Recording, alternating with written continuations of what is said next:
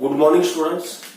Last time આપણે તમને કોઈ પણ પ્રકારના કોઓર્ડિનેશન કમ્પાઉન્ડ આપ્યા હોય એમાં કુલ જીઓમેટ્રિકલ એટલે કે ભૌમિતિક આઇસોમર અને ઓપ્ટિકલ એટલે કે પ્રકાશ સંઘટકો કાઢવાની ટ્રીક તમને શીખવી. મિત્રો, આ ટ્રીકનો ઉપયોગ કરતા તમે બરાબર શીખી જજો. બરાબર, એટલે લગભગ તમને કોઈ પ્રશ્ન સોલ્વ કરવામાં પ્રોબ્લેમ પડવાનો નથી. ઓકે, પણ એમ છતાંય હું એક વખત તમને જો ગણતરી હું બતાવી દઉં. ઓકે, તો ધ્યાનથી સમજજો. માની લો કે એમ A B C D E F એક દંતીય લિગેન્ડ છે, એ 6 અલગ છે. બરાબર, તો આવા સમયે મિત્રો એના પહેલા આપણે જીઆઈ કાઢીશું, પછી એક એક જીઆઈ માટે ચેક કરીશું એમાં ઓઆઈ છે કે નહીં. આ પ્રમાણે ચાલજો, ધ્યાન રાખજો. તમને સંકીર્ણ આપ્યો હોય તો પહેલા તો એને જીઆઈ કાઢી નાખવાના. જીઆઈ માટે બહુ સહેલું હતું મિત્રો, ટ્રાન્સની જોડ સરખી અને અલગ અલગ બનાવવાની હતી. બરાબર, તો એક કામ કરું, હું ઊંધેથી ચાલુ કરું. ઈએફ ને ટ્રાન્સ લઈને બનાવું. ધ્યાન રાખજો, ઈએફ ટ્રાન્સ તો પછી એબી અને સીડી ટ્રાન્સ લઈ શકો. ઈએફ ટ્રાન્સ અને એડી અને સીબી ટ્રાન્સ લઈ શકો. હજી એક લઈ શકાય, ધ્યાન રાખજો, ઈએફ ટ્રાન્સ એસી અને બીડી. ધ્યાન રાખજો, એબીસીડી પછી એડીબીસી પછી શું લઈ શકાય, એસી બીડી. હે, તો ઈએફ ને ટ્રાન્સ લઈને તમને 3 જોડ મળી. કેટલી જોડ મળી? 3. ઓકે, એ જ રીતે ચાલો ઈએફ ને ટ્રાન્સ પછી ડીએફ ને ટ્રાન્સ લો.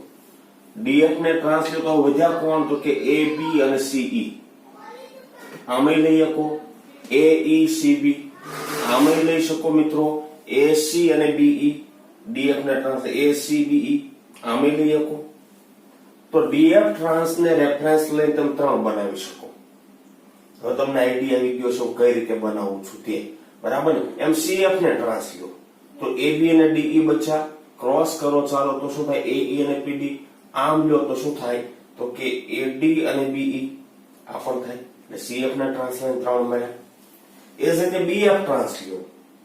બરાબર, તો એસી ડીઈ બીએફ કાઢી નાખ્યા. ક્રોસ કરો તો એઈ બીસી. હા, હજી લઈ શકાય. શું લઈ શકાય? તો કે એડી સીઈ ઈસી. બરાબર, હા.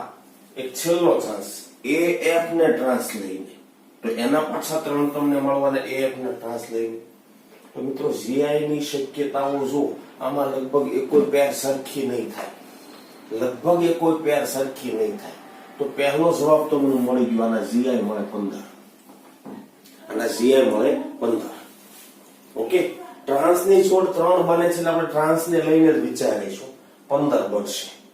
બરાબર, થોડી તમે પ્રેક્ટિસ કરેલી હોય મિત્રો, આટલો બધો કદાચ મોટા જીઆઈ ધરાવતો સવાલ ન પણ આવે. બરાબર ને? પણ આપણને ટૂંકમાં મોટા સવાલ હોય ત્યાંથી શરૂઆત કરવાની ટેવ હોય. બરાબર છે? તો એ રીતે હું 15 જીઆઈ મળે એવા પ્રકારનો એક્ઝામ્પલ સેટ કરવા માંગુ છું. બરાબર છે? તો 15 જીઆઈ મળવાના. બધા તમારે દોરવા હોય તો તમે દોરી પણ શકો. ધ્યાન રાખજો, અહીંયા આગળ મારે દોરવા છે તો ધ્યાનથી સમજો. ડીએફ ટ્રાન્સ પછી એબી ટ્રાન્સ પછી તો કે સીઈ ટ્રાન્સ. અહીંયા આગળ ચાલો ડીએફ ટ્રાન્સ પછી તો કે એઈ ટ્રાન્સ પછી તો કે બીસી ટ્રાન્સ. અહીંયા આગળ તો કે સીએફ ટ્રાન્સ પછી તો કે એબી ટ્રાન્સ પછી તો કે ડીઈ ટ્રાન્સ. કોઈ સમાન નથી થઈ જતા, જોજો નહીં થતા. તો આવી રીતે મિત્રો તમે દરેક દોરી શકશો. છઠ્ઠો દોરવો હોય તો ધ્યાન રાખજો, સીએફ ટ્રાન્સ પછી તો કે એઈ ટ્રાન્સ પછી તો કે બી છે. અહીંયા આગળ ધ્યાન રાખજો, પી નથી, બી છે. બીડી ટ્રાન્સ. એમ આ દોરવું હોય તો ધ્યાન રાખજો, બીએફ ટ્રાન્સ એસી ટ્રાન્સ અને ડીઈ ટ્રાન્સ. બરાબર, આ દોરવું તો ધ્યાન રાખજો, બીએફ ટ્રાન્સ પછી તો કે એઈ ટ્રાન્સ પછી તો કે ડીસી ટ્રાન્સ અથવા સીડી ટ્રાન્સ. એક એક તમે દોરી શકશો. ધ્યાન રાખજો, માનો કે અહીંયા દોરવું તો એએફ ટ્રાન્સ પછી તો કે બીસી ટ્રાન્સ પછી તો કે ડીઈ ટ્રાન્સ. ડીઈ ટ્રાન્સ આને પણ દોરી શકો. બરાબર ને? એએફ ટ્રાન્સ પછી તો કે બીઈ ટ્રાન્સ પછી તો કે સીડી ટ્રાન્સ. એમ અહીંયા પણ દોરી શકો. ધ્યાન રાખજો, ઈએફ ટ્રાન્સ પછી તો કે એસી ટ્રાન્સ બીડી ટ્રાન્સ. બરાબર, અહીંયા પણ દોરી શકો. ડીએફ ટ્રાન્સ પછી તો કે એસી ટ્રાન્સ પછી તો કે બીઈ ટ્રાન્સ. એક દોરી શકવાના ધ્યાન રાખજો CF ટ્રાન્સ, પછી તો કે AD ટ્રાન્સ, પછી તો કે BE trans, BE.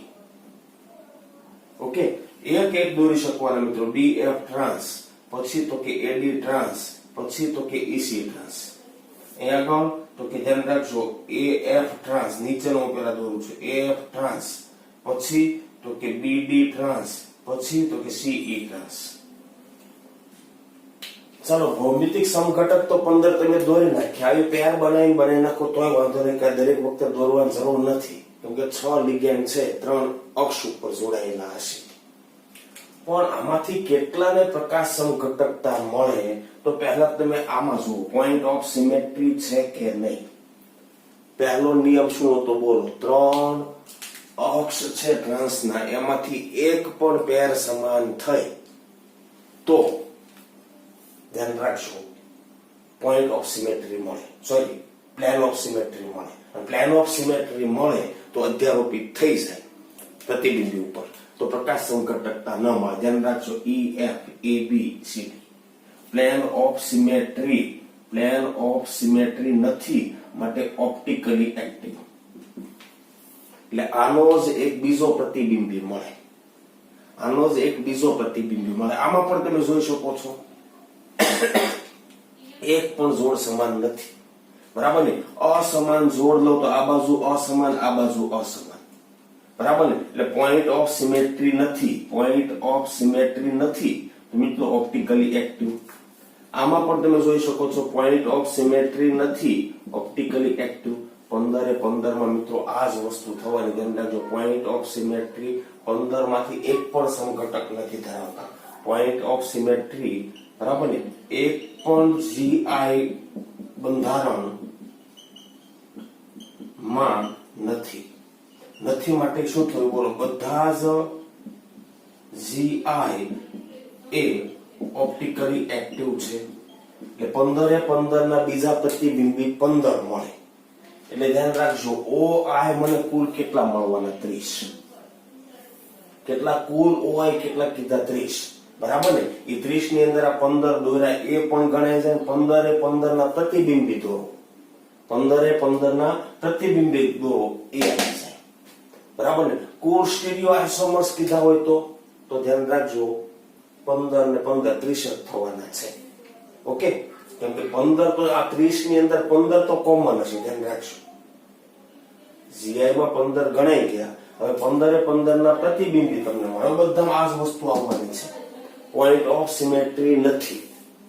Okay, point of symmetry માટે ધ્યાન રાખજો એક ટ્રાન્સજોડ સમાન લિગેન્ડની હોવી જોઈએ, અથવા ચાલો જોડ અસમાન છે તો સ્ક્વેરની અંદર આવતા બે સામસામેના લિગેન્ડ હોય એ સમાન થવા જોઈએ, બરાબર ને? એ સમાન નથી, બરાબર? એટલે અહીંયા આગળ પોઈન્ટ ઓફ સિમેટ્રી નહીં મળે તમને. પોઈન્ટ ઓફ સિમેટ્રી ન મળે મતલબ પ્રકાશ સમઘટકતા જોવા મળે છે. 15 ના એક પ્રતિબિંબી મળે. તો મિત્રો હવે પછી આપણે જોઈએ છે બંધારણીય સમઘટકતા. અવકાશીય સમઘટકતાના બે પ્રકાર આપણે વિગતે સમજવાનો પ્રયાસ કર્યો છે, ભૌમિતિક સમઘટકતા અને પ્રકાશ સમઘટકતા. હવે મિત્રો આપણે વાત કરવી છે બંધારણીય સમઘટકતા અને એના પ્રકાર ઉદાહરણ સાથે સમજવા છે. મિત્રો બંધારણીય સમઘટકતા નામ જ બતાવે છે અણુસૂત્ર સમાન હોય પણ બંધારણ અસમાન બને, અને એના કારણે એના ભૌતિક કે રાસાયણિક ગુણધર્મો બદલાઈ શકે છે, બરાબર? ભૌતિક કે રાસાયણિક ગુણધર્મો બદલાઈ શકે છે. આપણે એના એક પછી એક પ્રકાર જોતા જવા છે. સૌથી પહેલું તો બંધનીય સમઘટકતા, યા તો એને કહેવામાં આવે છે લિંકેજ આઇસોમરિઝમ. શું કહેવામાં આવે છે? લિંકેજ આઇસોમરિઝમ. આના માટે કમ્પલસરી આપણે ઉભયદંતીય એમ્ફીડેન્ટેટ લિગેન્ડ ની જરૂર પડશે, અને એવા લિગેન્ડ આપણે જોયા હતા SCN-CN-NO2- આ ત્રણ માંથી કોઈ લિગેન્ડ હશે. આ તમને ખબર છે SCN- હોય તો એ નાઇટ્રોજન વડે પણ સંવર્ગ પામી શકે, સલ્ફર વડે પણ, આ કાર્બન વડે પણ, નાઇટ્રોજન વડે પણ. અને થાયોસાયનેટ કહો તો આઇસોથાયોસાયનેટ કહીએ કાંઈ, અને સાયનેટો કહો તો આઇસોસાયનેટો, નાઇટ્રોજન વડે પામે તો આઇસોસાયનેટો, બરાબર ને? નાઇટ્રો નાઇટ્રાઇટો ઓક્સિજન વડે સંવર્ગ પામી શકે, નાઇટ્રોજન વડે પામી શકે. ઉભયદંતીય લિગેન્ડ દ્વારા સંકીર્ણોમાં આ સમઘટકતા જોવા મળે. બરાબર. ઓકે, એમ્ફીડેન્ટેડ લિગેન્ડ આપણી પાસે હોવા જોઈએ. માની લો કે આ થાયોસાયનેટો નાઇટ્રોજન વડે બંધન પામે તો NCS આવશે. તો આને આપણે શું કહેતા હતા? આઇસોથાયોસાયનેટો. આઇસોથાયોસાયનેટો લિગેન્ડમાં આપણે ઓ લગાવતા હતા. હા, એ મિત્રો S વડે સંવર્ગ પામી શકે. S વડે સંવર્ગ પામે તો આને શું કહેતા હતા આપણે? થાયોસાયનેટો. શું કહેતા હતા? થાયોસાયનેટો.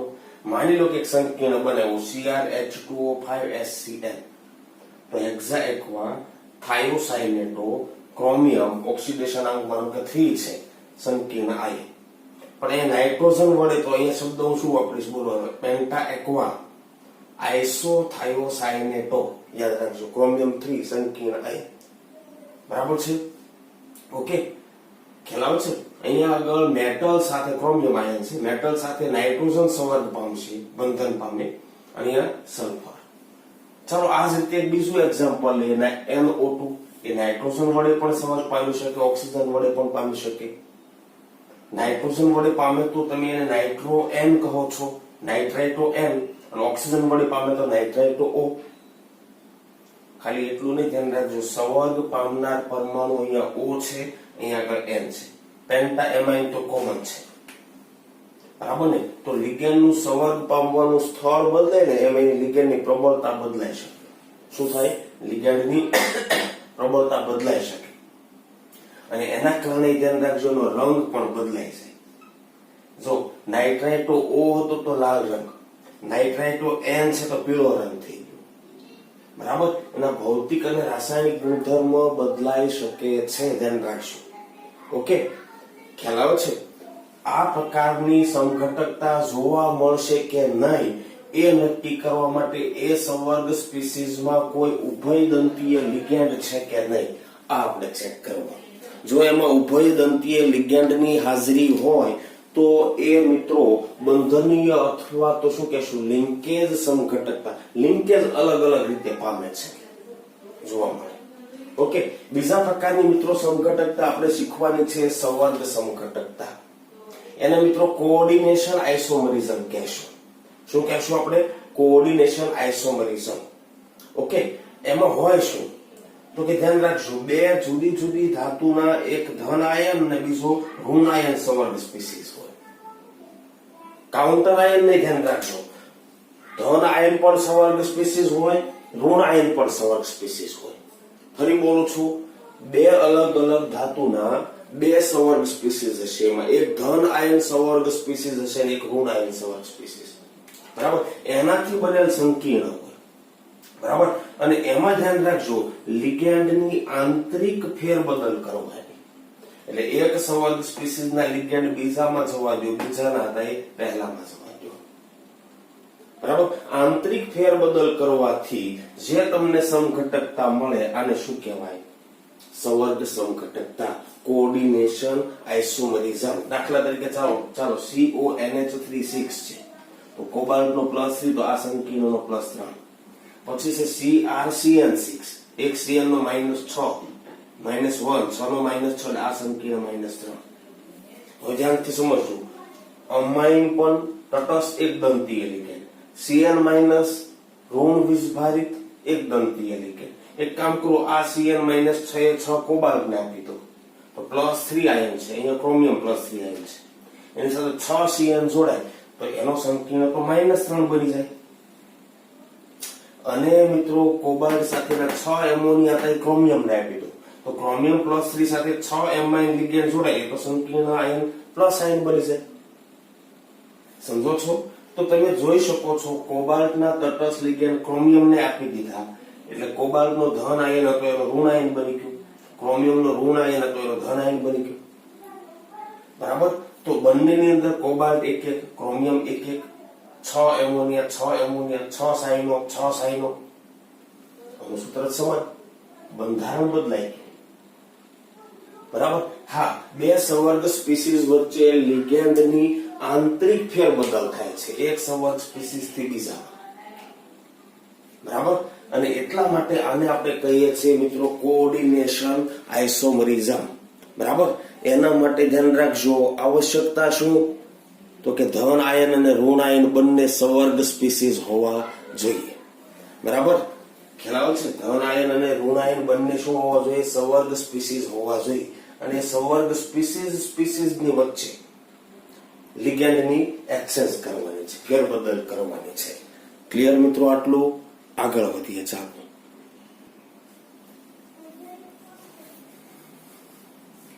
તો મિત્રો બંધારણીય સમઘટકતાના બીજા બે પ્રકાર આપણે શીખવાના છે અને એ છે મિત્રો આયનીકરણ સમઘટકતા, આયોનાઇઝેશન આઇસોમરિઝમ.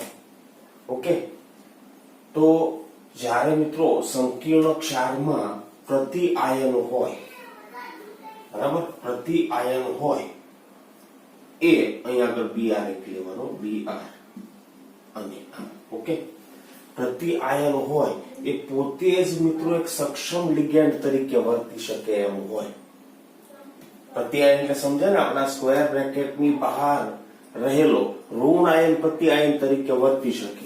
પણ કે ફોર એફિશિયન્સી હોય તો આ કે પ્લસ તો કઈ લિગેન્ડ તરીકે વર્તી શકવાનું નથી. એટલે અહીંયા તો આ કોઈ શક્યતા નથી. પણ સવર્ગ સ્પીસીઝ સાથે જોડાયેલો બીઆર માઇનસ, હા મિત્રો એ તો ઋણ આયન લિગેન્ડ છે, એ અંદર જઈને લિગેન્ડ તરીકે પણ વર્તી શકે. તો જ્યારે સવર્ગ ક્ષાર, સંકીર્ણ ક્ષારમાં પ્રતિ આયન પોતે જ એક સક્ષમ લિગેન્ડ તરીકે વર્તી શકે તેમ હોય ત્યારે તે, બરાબર, અંદરના લિગેન્ડને શું કરે? વિસ્થાપિત કરે. એના જ જેવા લિગેન્ડ નો ધ્યાન રાખજો, બીઆર માઇનસ એટલે ધ્યાન રાખજો ઋણ આયન લિગેન્ડ. બરાબર ને? તો એ કોનું વિસ્થાપન કરી શકશે? તો કે ઋણ આયન લિગેન્ડ, ઋણ આયન લિગેન્ડ, બરાબર, નું વિસ્થાપન કરે અને એને પ્રતિ આયન બનાવી દે. એટલે થવાનું શું? ધ્યાનથી સમજો, બીઆર માઇનસ અંદર ચાલ્યો જાય, SO4-2 બહાર આવી જાય. અહીંયા મિત્રો SO4-2 છે પણ એક દંતીય લિગેન્ડ છે, કેમ કે 5 એમોનિયલ એક સલ્ફેટ જે દ્વિદંતીય તરીકે વર્તો હતો કોબાલ્ટનો સંવેગાંક 7 થાત, નહીં પણ 6 છે. એટલે આ એક દંતીય લિગેન્ડ તરીકે વર્તે છે. ફ્લેક્સિડેન્ટેડ મેં તમને શીખ્યું છે. સલ્ફેટ જરૂર જણાય તો દ્વિદંતીય તરીકે પણ વર્તી શકે. 2 ઓક્સિજન સંવાદ પામે, મોટા ભાગે એક દંતીય તરીકે વર્તે છે. ઓકે. એટલે ફ્લેક્સિડેન્ટેડ કહેવાય. સલ્ફેટ બહાર આવે તો ધ્યાન રાખજો, -2 ચાર્જ બહાર આવ્યો, -1 ચાર્જ અંદર જાય.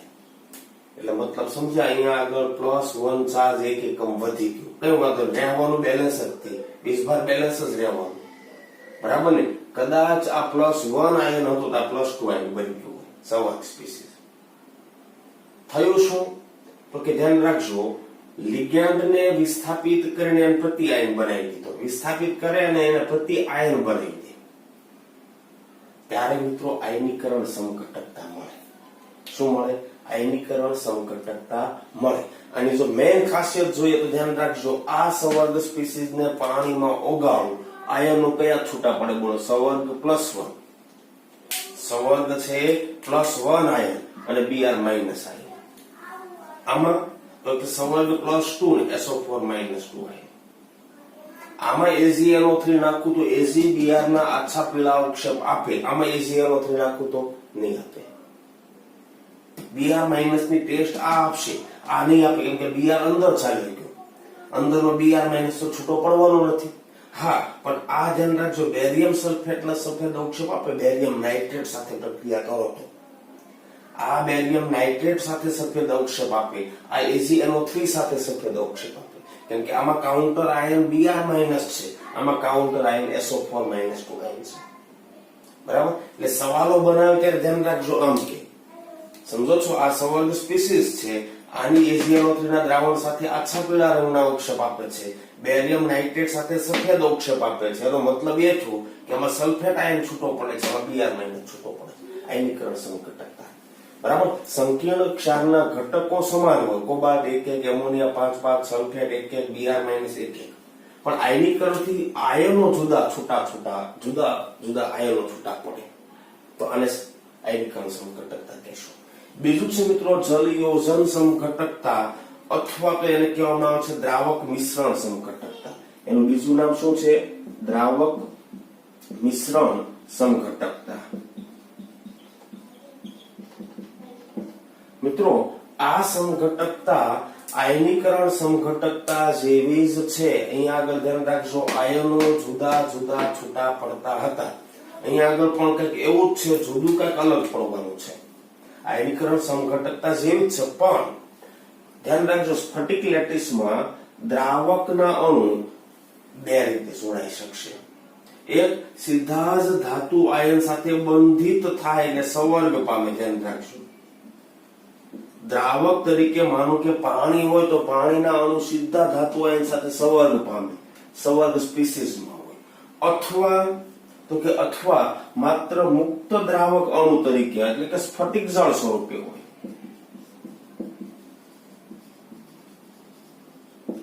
એ પાણીના અણુ ડાયરેક્ટ ધાતુ સાથે સંવર્ગ પણ પામી શકે. એ પાણીનો અણુ ધ્યાન રાખજો ધન આયન અને ઋણ આયનથી લેટિસ રચના બની છે, એમાં ધ્યાન રાખજો મુક્ત દ્રાવક અણુ તરીકે રહી શકે. બરાબર, મુક્ત દ્રાવક અણુ તરીકે હાજર હોય ત્યારે ધ્યાન રાખજો દ્રાવક મિશ્રણ સમઘટકતા મળે. તો કયો દ્રાવક લીધો છે એના ઉપર આધારે, માનો કે ઇથેનોલ લીધો હોય તો ઇથેનોલ અંદર લિગ્યાન્ડ તરીકે વર્તી શકે અને ઇથેનોલ બહાર મુક્ત દ્રાવક અણુ તરીકે વર્તી શકે, ત્યારે આ સમઘટકતા જોવા મળે. માની લો કે સંયોજનમાં દ્રાવક તરીકે પાણી વાપરો તમે, તો એને એ જ દ્રાવક મિશ્રણ સમઘટકતા આપણે શું કહી શકીએ? જલયોજન સમઘટકતા. ત્યારે જો રચાય તો એને આપણે શું કહેશું? જલયોજન સમઘટકતા. બરાબર છે? ઓકે, એક એક્ઝામ્પલ લીધું, ચાલો CrH2O6 Cl3. ચાલો બહાર Cl માઇનસ લિગેન્ડ છે, એ અંદર જે કાઉન્ટર આયન છે અંદર જઈને લિગેન્ડ તરીકે વર્તી શકે, અને અંદર H2O તટસ્થ છે, પણ હા એ H2O બહાર સ્ફટિક જળ સ્વરૂપે જોડાઈ શકે. બરાબર, તો એક Cl માઇનસ લિગેન્ડ ને અંદર જવા દો, એક H2O બહાર આવે, અણુસૂત્ર સમાન થવાના. બંધારણમાં 6 એક્વા લિગેન્ડ હતા એટલે 5 એક્વા લિગેન્ડ એક Cl, બહાર કાઉન્ટર આયન 3 હતા એમ બદલે 2, એક સ્ફટિક જળ પાણીમાં આવી ગયું. હા, ધાતુ આયન સાથે જોડાયેલા લિગેન્ડના પ્રકાર સંખ્યા તો બદલાવે અને એના કારણે ધ્યાન રાખજો રંગ બદલાઈ જાય છે. આ સંકીર્ણનો રંગ જાંબલી રંગ છે તો આ સંકીર્ણનો રંગ લીલો છે. સમજો છો? બીજી એક વાત કરું, ચાલો તમને ખબર છે કે સાંદ્ર H2SO4 હોય, સાંદ્ર H2SO4 એ મિત્રો પ્રબળ ભેજ શોષક છે. કેવો છે? પ્રબળ ભેજ શોષક છે. બરાબર, આ સંકીર્ણનો 1 મોલ જથ્થો લો, 1 મોલ ક્વોન્ટિટી, અને એમાં નાખું સાંદ્ર H2SO4. આ સંકીર્ણનો 1 મોલ જથ્થો લો, એમાં નાખું સાંદ્ર H2SO4 વજન કરીને, તો એ H2SO4 પાણી શોષવાનો પ્રયાસ કરશે, પણ અહીંયા તો ધ્યાન રાખજો સ્ફટિક જળ સ્વરૂપે કોઈ પાણી છે નહીં, અંદર લિગેન્ડ સ્વરૂપે એને તો ખેંચી નહીં શકે. હા, અહીંયા 1 મોલમાં 1 મોલ પાણી સ્ફટિક જળ સ્વરૂપે છે, તો એ સાંદ્ર H2SO4 આ પાણી ખેંચી લે. સમજો છો? 1 મોલ પાણી છૂટું પડે, અહીંયા ન પડે. ટેસ્ટ કરવું છે આપણે, ચાલો ભાઈ આ બંને જળયોજન સમઘટકતા ધરાવે છે કે અણુસૂત્ર સમાન છે, ઘટકોની સંખ્યા સમાન છે, કઈ વાંધો નહીં. એક સરખી ક્વોન્ટિટી લઈ લો બંને સંકીર્ણની, બંનેમાં એક સરખો H2SO4 નાખો સાંદ્ર. લિગેન્ડ તરીકે રહેલા પાણીના અણુઓને એ શોષી શકવાનું નથી, પણ હા બહાર સ્ફટિક જળ સ્વરૂપે અથવા તો મુક્ત દ્રાવક અણુ સ્વરૂપે જો એ રહેલો હોય તે શોષી લેશે. બરાબર, 1 મોલ પાણીના અણુઓ છૂટા પડે તો હું અહીંયા આગળ પ્રૂવ કરી શકું, સાબિત કરી શકું કે અહીંયા આગળ જળયોજન સમઘટકતા છે. કેમ? અહીંયા આગળ આયનોની ટેસ્ટ આપણે કરતા હતા, પ્રયોગશાળામાં શીખવાના છો, એક આયનોની ટેસ્ટ. આયનોની ટેસ્ટ દ્વારા તમે સમઘટકતા પુરવાર કરી શકો. બરાબર, અહીંયા આગળ પાણી શોષણ કરાવેલી સમઘટકતા નક્કી કરી શકો. ક્લિયર છે? તો આ મિત્રો છે બંધારણીય સમઘટકતાના 4 પ્રકાર. કેટલા પ્રકાર? ચાલો મિત્રો આગળ વધીએ. એના પછીનો નેક્સ્ટ પોઈન્ટ છે મિત્રો આપણો વર્નરના સંવર્ગ સિદ્ધાંતની મર્યાદાઓ. બહુ વિગતે આપણે વર્નરનો સંવર્ગ સિદ્ધાંત શીખ્યા હતા, એના એક મુદ્દાઓ જોયા હતા, પણ એમ છતાં એની કેટલીક ખામીઓ છે, મર્યાદાઓ છે. પહેલી વાત તો એ કે વર્નરના સંવર્ગ સિદ્ધાંત સંવર્ગ સંયોજનોમાં બંધનની ખાસિયતો સારી રીતે સમજાવે છે. ધાતુની ખાલી કક્ષકમાં લિગેન્ડ ઇલેક્ટ્રોન યુગ્મ આપી સંવર્ગ બંધ બનાવશે, આ સમજ આપી દીધું, વર્ણન કરે છે. બરાબર ને? અને એ પણ દ્વિતીયક સંયોજકતા વડે બંધન પામે છે.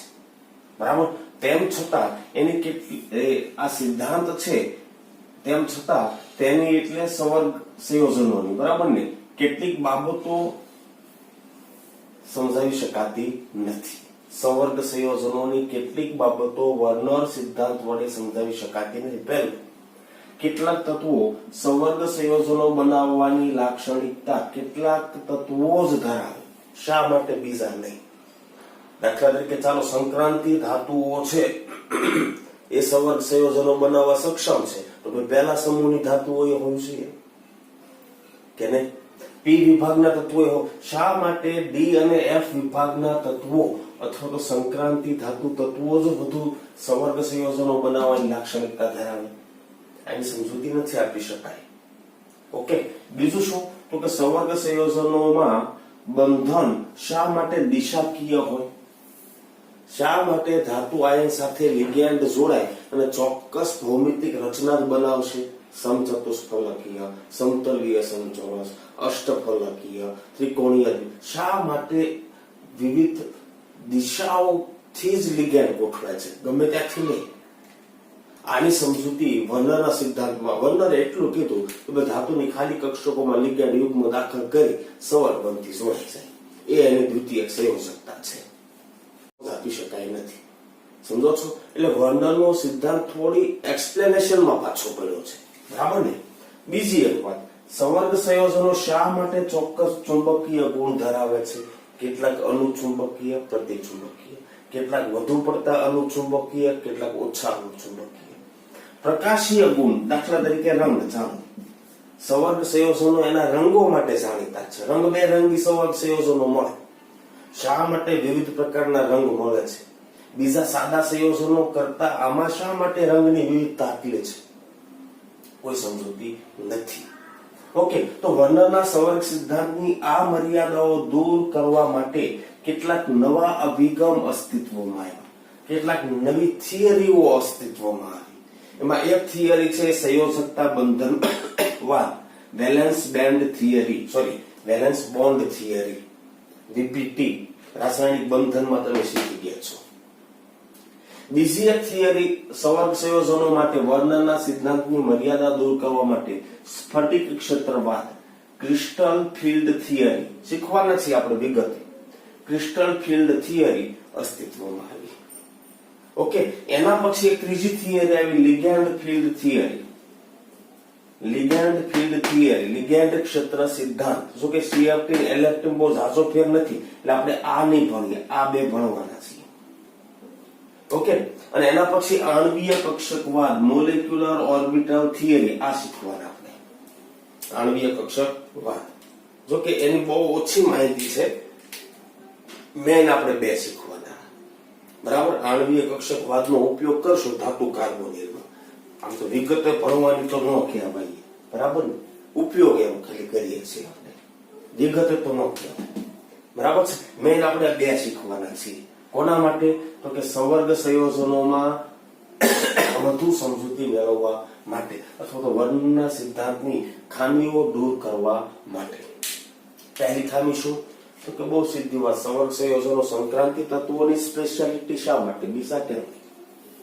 શા માટે બંધન દિશાકીય? શા માટે સંવર્ગ સંયોજનોના ચુંબકીય ગુણ અનુચુંબકીય, પ્રતિચુંબકીય મળે છે, પ્રકાશીય ગુણ જોવા મળે છે?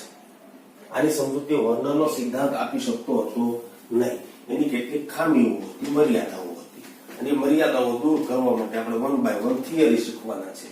1 by 1 થિયરી શીખવાના છે. અત્યારે આપણે જોઈએ આગળ વર્નરના સિદ્ધાંતની એક મર્યાદા હતી ને એનું એક્સપ્લેનેશન આપણે સમજવું છે. એક મર્યાદા શું હતી? તો કે સંક્રાંતિ ધાતુઓ સંવર્ગ સંયોજનો બનાવવાની સ્પેશિયાલિટી શા માટે ધરાવે છે, અથવા તો સંવર્ગ સંયોજનો સંક્રાંતિ ધાતુઓ સંવર્ગ સંયોજનો બનાવવાની વિશેષ લાક્ષણિકતા શા માટે ધરાવે છે, શા માટે? તો પહેલી વાત તો એ કે તમે સંકીર્ણ બનાવો ને ત્યાં થવાનું શું ધ્યાન રાખજો. તમારી પાસે મેટલ આયન છે, એનું ન્યુક્લિયસ મેટલનું, બરાબર, એનો કક્ષા વિસ્તાર હશે, અને પેલા લિગેન્ડ આવવાના ને એની પાસે મિત્રો અબંધકારક યુગ્મો હશે. લિગેન્ડ આવવાના એની પાસે શું હશે? અબંધકારક યુગ્મો હશે. મતલબ એ થયું કે ધ્યાન રાખજો, આ ઋણ ક્ષેત્ર છે અને આ ધન ક્ષેત્ર છે, બરાબર ને? મતલબ એ થયું કે લિગેન્ડના અબંધકારક યુગ્મને આકર્ષી શકે એવી કેપેસિટી એ સેન્ટ્રલ એટમમાં હોવી જોઈએ, મધ્યસ્થ ધાતુમાં હોવી જોઈએ, બરાબર ને? આકર્ષી શકે, ધ્યાન રાખજો. અને આકર્ષી શકવા માટે હું આગળ શીખવવાનો છું. Q by R કેમિકલ બોન્ડિંગમાં શીખ્યું છે મેં તમને, બરાબર? Polarisation power. ઓકે, બીજી વાત, લિગેન્ડને આયન કરવાનું છે શું? તો કે ધાતુની ખાલી કક્ષકમાં યુગ્મ દાખલ કરવાના. તો ઇલેક્ટ્રોન યુગ્મ એ ધાતુ એની ખાલી કક્ષકોમાં સ્વીકારી શકતા હોવા જોઈએ ને, બરાબર ને? એ ધાતુઓ એની ખાલી કક્ષકોમાં ઇલેક્ટ્રોન યુગ્મ સ્વીકારી શકતો હોવો જોઈએ. આપણે થોડુંક એમ ડ્રો કરવામાં પ્રોબ્લેમ થયો છે. પહેલી કક્ષા, બીજી, ત્રીજી, ચોથી માનો કે આમ છે. તો પહેલી વાત તો એ કે ઋણ ક્ષેત્ર છે, આ ધન ક્ષેત્ર છે. લિગેન્ડને સારી રીતે આકર્ષી શકવાની ક્ષમતા હોવી જોઈએ. નંબર 2, લિગેન્ડ આવ્યા પછી એની ખાલી કક્ષકો એને પ્રોવાઈડ કરવી જોઈએ જોડાણ માટે, બરાબર? નંબર 3, ધાતુ આયન છે એની ઓક્સિડેશન અવસ્થા વિવિધ હોવી જોઈએ. નંબર 4, સંવર્ગ સંયોજનો બનાવવાની ક્ષમતા હોવી જોઈએ. મેઇન આપણું મટીરીયલ છે એની જરૂર પડશે, ધાતુ આયન, લિગેન્ડ. ધાતુ આયન પાસે ખાલી કક્ષક, લિગેન્ડ પાસે અબંધકારક યુગ્મ, બરાબર? લિગેન્ડ તો ચાલો ભાઈ બીજા તત્વો નહીં મળે, પણ આ ધાતુઓ શા માટે? તો પહેલું કારણ જુઓ તમે, ખૂબ જ નાનું કદ. જેટલું નાનું કદ મિત્રો તમને ખબર છે એટલો ઝેડ સ્ટાર વધે. જેટલું નાનું કદ એનું મિત્રો એટલો કેન્દ્રનો અસરકારક કેન્દ્રીય વીજભાર વધે. તો એ લિગેન્ડને વધુ આકર્ષી શકે, લિગેન્ડને વધુ પાસે લાવીને બાઇન્ડ કરી શકે. આ ક્ષમતા સંક્રાંતિ ધાતુઓ F વિભાગ તત્વોમાં છે, S વિભાગની P વિભાગમાં ઓછી. ઓકે, D વિભાગ તત્વોના આમે કદ ખૂબ નાના હોય છે, કેમ કે ધ્યાન રાખજો સતત સંકોચન થતું છે, યાદ કરો, બરાબર? બીજી એક વાત કરી, ઊંચો કેન્દ્રીય અને આયનીય વીજભાર. નાનું કદ છે, ધ્યાન રાખજો, એટલે કેન્દ્રીય વીજભાર Z સ્ટાર તો વધવાનો છે, અસરકારક કેન્દ્રીય વીજભાર એ તો વધવાનું છે, એટલે લિગેન્ડને આકર્ષી શકે. મિત્રો આયનીય વીજભાર પણ અસરકારક છે. માની લો કે M માંથી M પ્લસ બનાવું ને, પેલામાં Na માંથી Na પ્લસ બને, અને અહીંયા આગળ ધ્યાન રાખજો કદાચ કોપર માંથી કોપર પ્લસ 1 બને, તો ધ્યાન રાખજો આયનીય વીજભારની અસરકારકતા કેવી હોય? વધુ હોય. અસરકારક ધન વીજભાર વધે એટલે લિગેન્ડને તો આકર્ષવાનો, વધુ નજીક લાવીને જોડવાનો. આ એક કારણ. નંબર 3, અનુકૂળ ઇલેક્ટ્રોન રચના. આ મેઇન ફેક્ટર છે, મેઇન ફેક્ટર ધ્યાન રાખજો આ છે. એની ઇલેક્ટ્રોન રચના મિત્રો અનુકૂળ છે. માની લો કે એનું 3D લઈ લો, 1 2 3 3D લઈ લો, 4s લઈ લો, 4p લઈ લો, તો આ 3D 4s 4p n-1d ns np, અથવા 3D પ્રાપ્ય ન હોય તો 4s 4p 4d. બીજો સેટ 4s 4p 4d. આ જે સેટમાં કક્ષકો બતાવું છું 3D 4s 4p 4s 4p 4d કક્ષકો ખાલી અને ધ્યાન રાખજો લિગેન્ડના ઇલેક્ટ્રોન યુગ્મ સહેલાઈથી સ્વીકારી શકે તેવી છે, કેમ કે આ કક્ષકોના વિસ્તાર સુધી કેન્દ્રના આકર્ષણની અસરકારકતા છે, Z સ્ટાર છે, આયનીય અસરકારક વીજભાર છે, ખાલી કક્ષકોમાં સ્વીકારી શકે. S વિભાગનું તત્વ હોત Na પ્લસ તો એ નહીં સ્વીકારી શકે સરળતાથી. નેક્સ્ટ, આ પણ મેઇન છે, ધ્યાન રાખજો. વિવિધ પ્રકારના સંકરણ. મેં પહેલા તમને કીધું આ સેટ લો અથવા તો આ NS વાળો સેટ લો. એ સેટની કક્ષકો હોય, ધ્યાન રાખજો, ઉપરની કક્ષકોના સેટ જો હોય એની વચ્ચે ઉર્જા તફાવત ઓછો છે. અને ઉર્જા તફાવત ઓછો હોય તો ધ્યાન રાખજો એમની વચ્ચે વિવિધ પ્રકારના સંકરણ સરળતાથી રચાય. તમને કદાચ ખબર હશે આ કક્ષકો વચ્ચે સંકરણ કયા કયા પ્રકારના રચાય કે sp3 રચાય, dsp2 રચાય, ધ્યાન રાખજો sp3d રચાય, બરાબર, dsp3 રચાય, અરે d2sp3 રચાય, બરાબર, sp3d2 રચાય. આ જ 3d 4s 4p અથવા 4s 4p 4d આ કક્ષકોના સેટના ઉપયોગ કરીને તમે લોટ ઓફ પ્રકારના સંકરણ કાઢી શકો છો. અને જેવા જેવા સંકરણ, હા, એવા ભૌમિતિક તમને આકાર મળવાના, બરાબર ને. બીજી એક વાત, ચાલો, વિવિધ ઓક્સિડેશન અવસ્થાઓ, આ પણ મેઇન વસ્તુ છે. કેમ કે સંક્રાંતિ ધાતુઓને ધ્યાન રાખજો, ns n-1d આ બધા ઇલેક્ટ્રોન સંયોજકતા ઇલેક્ટ્રોન તરીકે વર્તવાના. એટલે s ના ઇલેક્ટ્રોન ગુમાવતા દ્વારા +2 ઓક્સિડેશન અવસ્થા તો મળવાની, પણ હજી એક્સ્ટ્રામાં d ના ગુમાવી શકે. સંક્રાંતિ ધાતુઓમાં ધ્યાન રાખજો ઓક્સિડેશન અવસ્થાઓ ખૂબ વધુ મળે, કેમ કે આ કક્ષકોના સેટ વચ્ચે ઉર્જા તફાવત કેવો છે? ઓછો. અને એના કારણે જ વિવિધ ઓક્સિડેશન સ્ટેટ મળે તમને. એકનું એક ક્રોમિયમ છે +3 પણ બનાવે, અને +4 પણ બનાવે, +6 પણ બનાવે. તો જેવા જેવા આયનો બને, જેમ ધન વીજભાર વધતો જાય Q/R વધતો જવાનો, વીજભારના છેદમાં 3 છે. લિગેન્ડને બાઇન્ડ કરવાની ક્ષમતા વધવાની, લિગેન્ડને આકર્ષવાની ક્ષમતા વધવાની, સંકીર્ણ બહુ તમને વિવિધ પ્રકારના ઢગલા બંધ મળે. ઓકે. અને છેલ્લો પોઈન્ટ, દિશાકીય ગુણ અને વિવિધ ભૌમિતિક રચનાઓ. પહેલી વાત તો એ કે વિવિધ પ્રકારના સંકરણ રચાય છે, આપણે શીખ્યા. અને એ ખાલી કક્ષકો, સંકર કક્ષકો, ધ્યાન રાખજો સંકરણ મુજબ જે ખૂણો હતો ત્યાં જ રચાવાની. એ ખાલી કક્ષકો અને લિગેન્ડ વચ્ચે કેવો બંધ રચાય? સંવર્ગ સહસંયોજક બંધ રચાય. દાખલા તરીકે sp3 સંકરણ આવ્યું તો મેટલની ફરતે સંકર કક્ષકો મિત્રો સમચતુષ્ફલકીય આકારે જ આવવાની. તો એ સંકર કક્ષકો અને ધાતુ લિગેન્ડ ની વચ્ચે કેવો બંધ રચાય? સંવર્ગ સહસંયોજક બંધ રચાય. આમ થાય. તો લિગેન્ડને કમ્પલસરી સંકર કક્ષકો પર જોડાવા માટે જવું પડે. ચોક્કસ દિશામાં જ ધાતુ આસપાસ જોડાઈ શકે.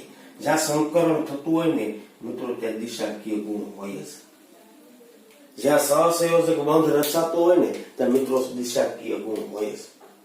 અને દિશાકીય ગુણ હોય તો વિવિધ ભૌમિતિક રચનાઓ મળે. મેં તમને ટેબલ કરાવ્યું છે. સમચતુષ્ફલકીય, ત્રિકોણીય દ્વિપિરામિડલ, સમચોરસ પિરામિડલ, અષ્ટફલકીય, સંવર્ગ બહુફલકીયમાં તો તમને સમજાયું છે, બરાબર. આ પ્રકારની બધી ક્ષમતાઓ ધ્યાન રાખજો સંક્રાંતિ ધાતુ તત્વો પાસે છે, બીજા તત્વો પાસે ઓછી છે મિત્રો, બરાબર. એટલા માટે સંક્રાંતિ ધાતુ તત્વો અથવા તો આંતર સંક્રાંતિ ધાતુ તત્વોની સ્પેશિયાલિટી છે આ ક્ષેત્રમાં. ખ્યાલ આવે છે? બીજા તત્વો પાસે આ ક્ષમતા મિત્રો ઓછી છે.